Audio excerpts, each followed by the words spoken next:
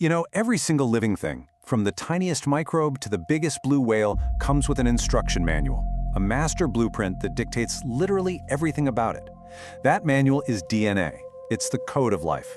For the longest time, all we could do was read that code. But today we're learning how to write it and even rewrite it.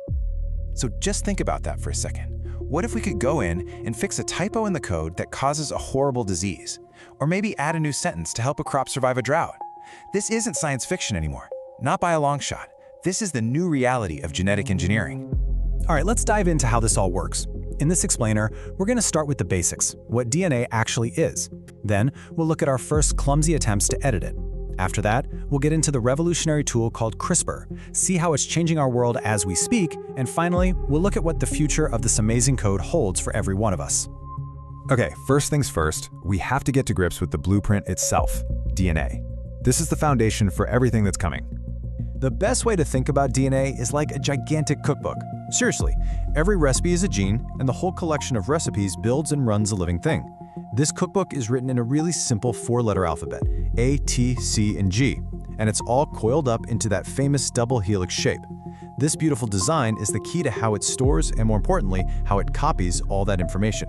So, before a cell can divide, it has to make a perfect copy of its entire cookbook, and the is just amazing. First, an enzyme called helicase comes along and acts like a zipper, unzipping the two strands of the DNA. Then, after a little primer gets things started, another enzyme, DNA polymerase, which is basically a master copy machine, gets to work. It reads each strand and builds a brand new partner for it. Now here's what's so incredible, the quality control. That copy machine, the DNA polymerase, it makes about one mistake for every 100,000 letters it copies, which sounds pretty good, right? But for life, it's not good enough. So the polymerase actually proofreads its own work. It's like a super meticulous editor, going back, finding mistakes, and fixing them. This step improves the accuracy by up to 1,000 times. That level of precision is absolutely essential. So the cell is a master at copying its code. But the big question for scientists became, could we learn to edit it? And this brings us to our very first attempts at something we now call genetic engineering. Once we figured out the structure of DNA back in 1953, the race was on. It took a while, but by 1971, a scientist named Paul Berg managed to cut DNA from two different viruses and stick them together. That was the first ever recombinant DNA, a huge leap. It proved we could actively manipulate the code. Later on, we got tools like zinc finger nucleases, which were more targeted, but honestly, the whole process was still really complicated. So how did this early cut and paste actually work? Well, imagine you want to move a specific gene. First, you'd isolate that gene, and you'd also need a little delivery truck for it called a vector. Then you'd use these things called restriction enzymes. Think of them as tiny molecular scissors to cut both the gene and the vector at very specific spots. You'd insert the gene and then use another enzyme that acts like molecular glue to seal it all up. Finally, you pop this new combination into something like bacteria, and the bacteria do all the hard work, making millions of copies for you. Now, this cut and paste method was definitely groundbreaking, but man, it was slow, expensive, and super difficult to get right. We needed something better. And then, a discovery from the humble world of bacteria came along and just changed everything. It's called CRISPR, and yeah, I know, the full name is a mouthful, but the concept behind it is just brilliant. It's actually an ancient immune system that bacteria use.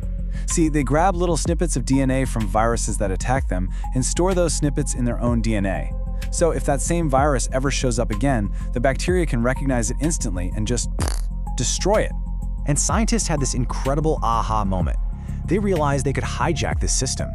They could take the part that cuts the DNA, an enzyme called Cas9, and combine it with a guide molecule that they could program. Essentially, they could tell it to go to any specific spot in the DNA and make a cut.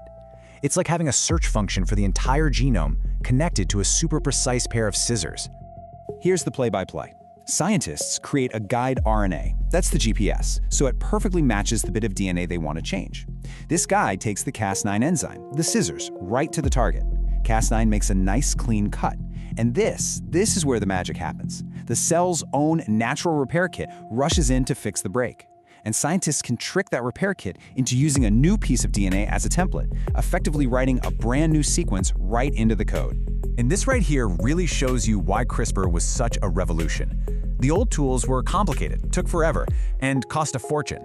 CRISPR is simple to design, it's incredibly fast and efficient, and it's so much cheaper. An experiment that used to take a whole team months and thousands of dollars can now be done in just a few weeks for a fraction of the price. It completely democratized gene editing, putting this unbelievable power into the hands of scientists all over the world. So, we've got this powerful, precise, and pretty cheap tool. But what are we actually doing with it? How is it solving real-world problems, like today? Well, in medicine, the impact is already profound. I mean, researchers are using CRISPR to directly fix the genetic errors that cause diseases like sickle cell anemia. They're also turbocharging our immune systems, editing our own cells to make them better cancer killers. And it's not just for cures. CRISPR-based tests can now find viruses or dangerous mutations faster and more accurately than ever before. And its reach goes way beyond the hospital. In agriculture, we're creating crops that are more nutritious or that can resist pests and diseases, which is huge for our food supply. In biotech, we're engineering tiny organisms to produce clean biofuels. We're even designing bacteria that can literally eat pollution to clean up the environment. It's transforming pretty much every field it touches. All of this is happening at a mind-boggling speed. It's creating brand new industries and career paths that didn't even exist a decade ago. So, what does this mean for the future? Let's take a quick look. For anyone watching this who thinks this is cool, the opportunities are just exploding.